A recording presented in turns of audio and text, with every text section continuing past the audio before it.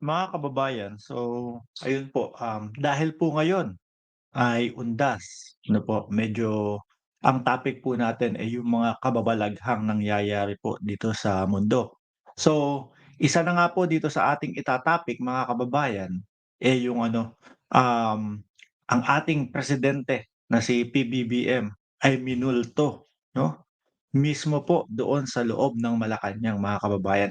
So abangan niyo po yang, vlog na yan mamayang mga bandang 12:00 ng tanghali, ilalabas po namin yan. Pero bago po tayo po tumungo doon sa kababalaghang nangyayari sa palasyo, pumunta muna po tayo ng international mga kababayan.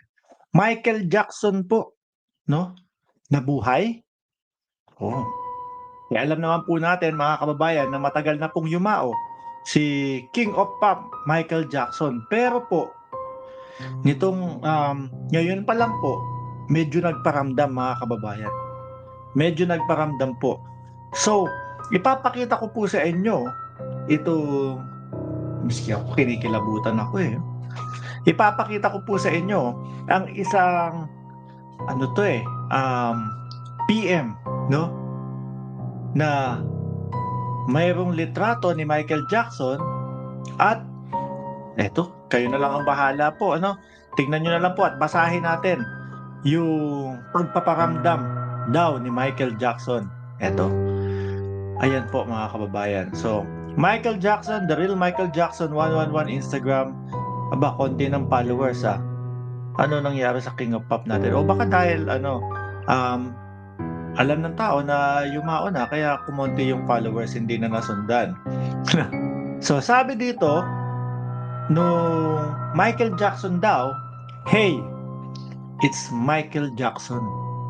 Ayun ang pagpapakilala.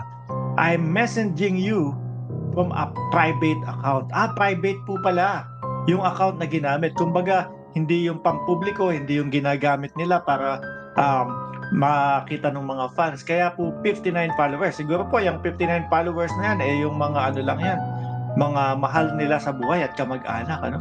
Ulitin natin, "Hey, it's Michael Jackson. I'm messaging you from a private account. I'm not really dead." Nakita niyo? I'm not really dead. Lakihan po natin, ayan. Hindi pa daw siya talaga patay. Can you cash me can you cash up me $600 so I can come back to the United States and put out more music? I'm not really dead. Can you cash up me 600 so I can come back to the United States and put out more music? He, he. Anak ng tinapa 'to. So yan po mga kababayan, mukhang hindi naman po talaga si Michael Jackson 'to, 'no? Eto po, ewan ko kung mga iingot-ingot na lang 'tong mga scammer na gumagawa ng ganito para ipangalan kay Michael Jackson ano, talagang ay naku, pati yung pagkamatay ni Michael Jackson, ginawang, parang gustong sabihin na, "Pineke lang yung pagkamatay ko, sendan mo nga ako ng $600 at nang makabalik ako sa United States at makagawa ako ng mas madaming kanta at tugtog, ng tinapas." Nasaan kaya itong Michael Jackson na ito? Kadalasan po 'yan, nasa Nigeria, yung mga ganyan pong Michael Jackson. Ito po yung talagang mga Michael Jackson na kumbaga hindi nagpabago ng kulay, mga itim pa din po. Dahil po, kahit saang mang sulok ng mundo tayo meron tayong mga nare-receive sa mga text message na mga ganyan ano, mga kababayan. Akala ko totoong nagparamdam na si Michael Jackson, eh. Ulitin natin, "Hey, it's Michael Jackson. I'm messaging you from a private account." Ayun pa lang, 'no? I'm not really dead and can you cash up? Naghirap na si Michael Jackson. Ang tagal na kasing hindi gumawa ng kanta.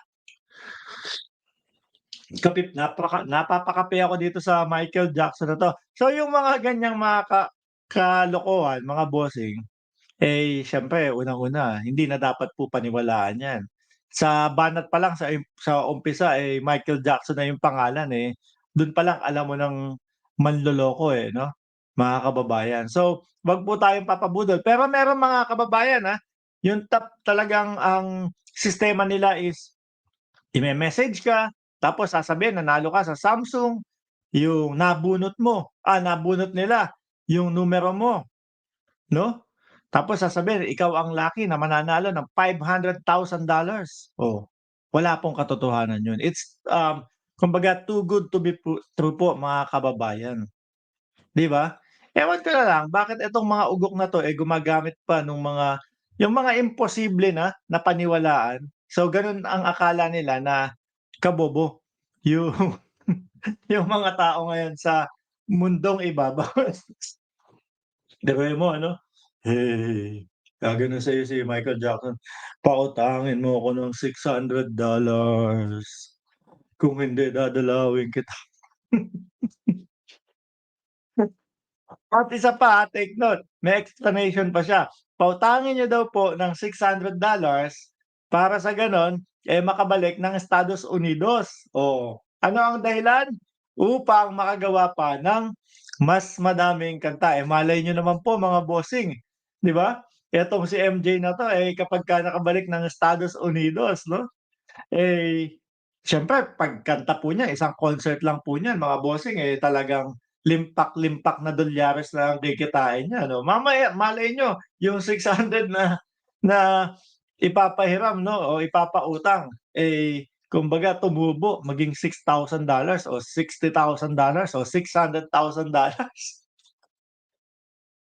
Mga loko-loko. Wag po kayong papabudol sa mga ganyan, wala pong katotohanan yan at lalo na po, kumbaga nai-content lang natin. Kumbaga maiba naman 'no, hindi yung araw-araw politika. Pero po, yung isang vlog natin mamayang bandang mga 12:00 o kung kailan man mai-upload, yun po ang siguro magandang panoorin kasi po makikita natin yung mga multo sa palasyo, yung mga nagmumulto daw po sa ating presidente, ano. Abangan niyo lang po 'yan and dun po sa mga bago dito sa ating channel, please don't forget to subscribe and like niyo na din po ang mga content natin. So, ako'y magpapaalam na and happy Halloween po sa ating lahat mga kababayan.